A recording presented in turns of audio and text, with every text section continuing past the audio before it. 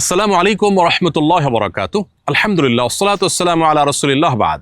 সুপ্রিয় দর্শক শ্রোতা ভাই বোন, আমাদের দেশে জিলহজের প্রথম দশকের আগমনী বার্তা আমরা পাই কোরবানির পশু কেনাবেচার হাট দেখে কিংবা গরু ছাগলের আনাগোনা দেখে। জিলহজের প্রথম দশকে গরু ছাগলের আনাগোনা ছাড়া আর তেমন কোনো আমল বা নেকামল আমাদের চোখে সচরাচর ধরা পড়ে না, অথচ এই দশক হলো নেকামল এবং ইবাদতের দশক। এই 10টি দিন হলো রমজানের পর ইবাদতের সবচেয়ে বড় ইবাদতের মৌসুম এবং সিজন। মধ্যপ্রাচ্যে একটি চমৎকার জিনিস আমার চোখে ধরা পড়েছে, সেটি হলো অনেকে তার বাসাবাড়ির সামনে কিংবা সুপার শপ কিংবা শপিং মল বা ছোটোখাটো দোকানপাটের সামনেও কোনো অডিও ডিভাইস স্থাপন করে সেগুলোতে মৃদু ভলিউমের তাকবীরের অডিও তারা চালু করে রাখেন। উদ্দেশ্য, পথচারী এবং আশপাশ দিয়ে যাওয়া মানুষজন যেন এই তাকবীর শুনে তাদের স্মরণ হয় এবং তারা যেন তাকবীর বলে ওঠেন। মিডল ইস্টের চমৎকার কালচারটিকে অনুসরণ করে আমি আমাদের বাসার নিচে এবং বাসার সামনে থাকা মসজিদের সম্মুখে দুটি ছোট ডিভাইস স্থাপন করে সেগুলোতে মৃদু ভলিউমে তাকবীরের অডিও চালু করে রাখার উদ্যোগ গ্রহণ করেছি। উদ্দেশ্য, পথচারীদের যেন এই তাকবীর শুনে তাকবীরের কথা স্মরণ হয় এবং তারা যেন তাকবীর বলে ওঠেন। প্রিয় দর্শক, আমরা চাইলে আমাদের আশেপাশে এরকম তাকবীর ধ্বনিতে যেন মুখরিত হয় এবং আশপাশে মানুষদের যেন স্মরণ হয় সেরকম নানাবিধ উদ্যোগ গ্রহণ করতে পারি। প্রিয় দর্শক, আল্লাহ রাব্বুল আলামিন কোরআনে কারীমে সূরা ফাজরের 2 নম্বর আয়াতে বলেছেন, ওয়া লায়ালিন আশর, 10টি রাতের শপথ। বেশিরভাগ মুফাসসিরগণ বলেছেন এর মাধ্যমে জিলহজের প্রথম 10টি রাতকে বোঝানো হয়েছে। যে 10টি রাতের শপথ করে আল্লাহ গুরুত্বপূর্ণ একটি বার্তা দিতে চেয়েছে, সেই 10টি রাতের মাহাত্ম্য মর্যাদা যে অনেক বেশি সেটা বলার অপেক্ষা রাখে না। সেই 10টি রাত হলো জিলহজের প্রথম 10টি রাত। সহিহ বুখারীতে বর্ণিত হয়েছে, নবী করিম সাল্লাল্লাহু আলাইহি ওয়াসাল্লাম বলেছেন, মামিন আইয়ামিন আল আমালুস সালিহু ফিহিন্না হাব্বিরাল্লাহ মিন হাদিল আইয়াম। অর্থাৎ জিলহজের প্রথম দশকে নেকামল করলে আল্লাহ তাআলার কাছে এটা যতটা প্রিয় হয়, অন্য কোনো সময়ের অন্য কোনো রকমের নেকামল আল্লাহর কাছে এত প্রিয় নয়। সাহাবীদেরকেও জিজ্ঞাসা করলেন, ইয়া রাসূলুল্লাহ, অন্য সময় যদি আল্লাহর রাহে কেউ জিহাদ করেন সে আমলটাও কি এর চাইতে প্রিয় নয়?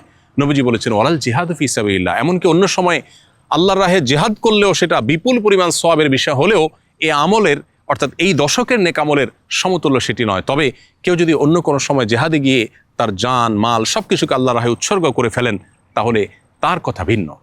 এখান থেকে পরিষ্কারভাবে বোঝা যায় এই দশকটি এর গুরুত্ব এবং মর্যাদা এবং মাহাত্ম্য কত বেশি, এর তাৎপর্য কত বেশি। প্রিয় দর্শক, এই দশককে ঘিরে কোরবানি ছাড়া বা কোরবানির প্রস্তুতি ছাড়া আমাদের সমাজে অন্য কোনো আমল দেখা যায় না। এটি দুর্ভাগ্যজনক একটি বাস্তবতা। তাই আসুন জিলহজের এই দশককে আমরা আমল, ইবাদত এবং নেকামল দিয়ে সাজাবার চেষ্টা করি। বিশ্ববিখ্যাত হাদিসবেত্তা হাফেজ ইবনে হাজার আল আসকালানী রাহমাতুল্লাহি আলাইহি বলেছেন, জিলহজের প্রথম এই 10টি দিনের গুরুত্ব এবং তাৎপর্য এত বেশি হওয়ার কারণ হলো ইসলামের যত নেকামল এবং ইবাদত আছে, মৌলিক ইবাদত এবং রোকন আছে, সবগুলোর সমাহার এবং সম্মিলন শুধু এই দশকেই সাধারণত ঘটে। এই দশকেই রয়েছে ইসলামের সমস্ত মৌলিক ইবাদতের নজির বা দৃষ্টান্ত। ঈমান সারা বছর জুড়ে আমাদের রাখতে হয়, এই দশকেও থাকতে হয়। ঠিক একইভাবে 5 ওয়াক্ত সালাত অন্য সময় আছে, এই দশকেও আছে। যাকাত অন্য সময়ে আদায় করা যায়, এই দশকেও আদায় করা যায়। সিয়াম বা রোজা রমজান মাসে আমাদের রাখতে হয়, এই দশকের 9 তারিখে এবং প্রথম 9 দিন জুড়ে রোজা রাখার নির্দেশনা রয়েছে। অতএব রোজার নমুনা বা আমলও এখানে আছে। কোরবানি তো এই দশকেই শুধু করা যায়, অন্য সময় চাইলেও করা যায় না। আর হজ এই দশককে ঘিরেই মূলত হজের ইবাদত গড়ে উঠেছে বা হজের ইবাদত সম্পাদন করতে হয়।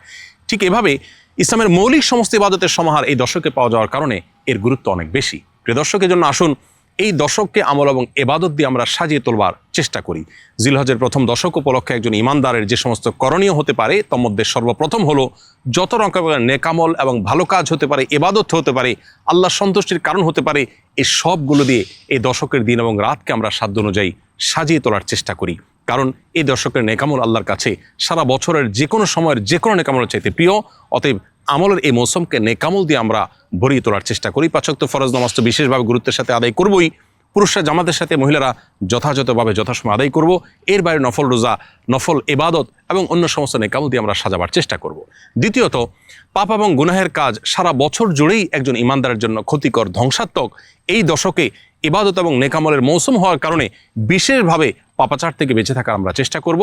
তৃতীয়ত, এই দশক জুড়ে আমরা বেশি বেশি আল্লাহর জিকির এবং স্মরণ করবার চেষ্টা করব, কারণ সূরা হজের 28 নম্বর আয়াতে আল্লাহ তাআলা সেই নির্দেশনা আমাদেরকে দিয়েছেন। অতএব যতভাবে আল্লাহর জিকির হতে পারে, আল্লাহর স্মরণ হতে পারে, এই দশক জুড়ে সেটা আমরা আল্লাহর উদ্দেশ্যে নিবেদন করব। চতুর্থত, যাদেরকে আল্লাহ তাআলা তৌফিক দিয়েছেন তারা এই দশকে হজ করবো ইনশাআল্লাহ। 5 নম্বর হলো যাদেরকে আল্লাহ তৌফিক দিয়েছেন তারা এই দশকের 10ম দিনে অর্থাৎ কোরবানির দিন আমরা কোরবানি পেশ করব আল্লাহর উদ্দেশ্যে।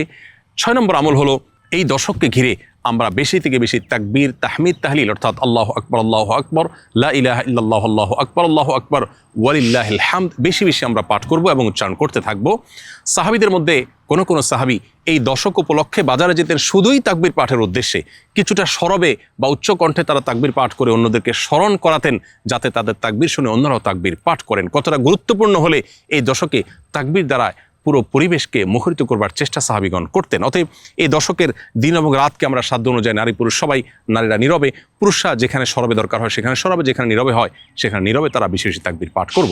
7 নম্বর আমল হলো এই তাকবীর অর্থাৎ আল্লাহু আকবার, লা ইলাহা ইল্লাল্লাহ, আল্লাহু আকবার ওয়ালিল্লাহিল হামদ। এটি জিলহজের 9 তারিখ বাদ ফজর থেকে নিয়ে জিলহজের 13 তারিখ আসর পর্যন্ত এই দিনগুলোর প্রত্যেক ফরজ নামাজের পর নারী পুরুষ সবাই যার যার অবস্থান থেকে একবার করে আমরা পাঠ করব। এটি হলো বিশেষভাবে এই তাকবীর পাঠের আমল।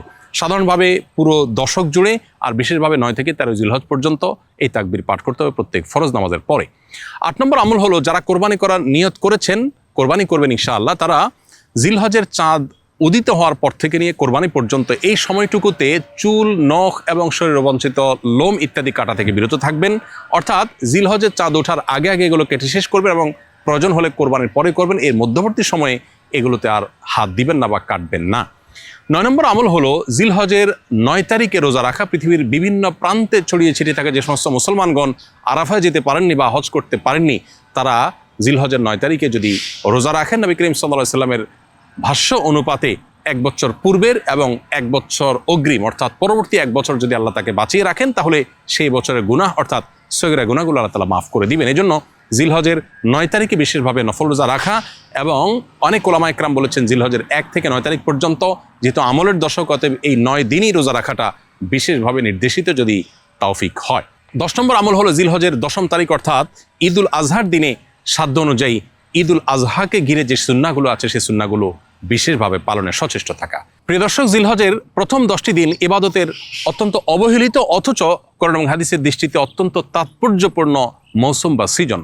আসুন প্রত্যেকে যার যার জায়গা থেকে এই দশকের তাৎপর্য, গুরুত্ব এবং মাহাত্ম্য সম্পর্কে মানুষের মধ্যে সচেতনতা সৃষ্টি করি, মানুষের মধ্যে জানাশোনাটা বাড়ানোর চেষ্টা করি এবং সেই সাথে এই দশকের করণীয়গুলো নিজেরা আমল করি, অন্যদেরকে আমল করতে উদ্বুদ্ধ করি। আল্লাহ রাব্বুল আলামিন আমাদের সবাইকে জিলহজের এই দশকের গুরুত্ব অনুধাবন করা, অন্যদের মধ্যে সচেতনতা সৃষ্টি করা এবং আমল দিয়ে এই দশককে অর্থবহ করে তোলার তৌফিক দান করুন।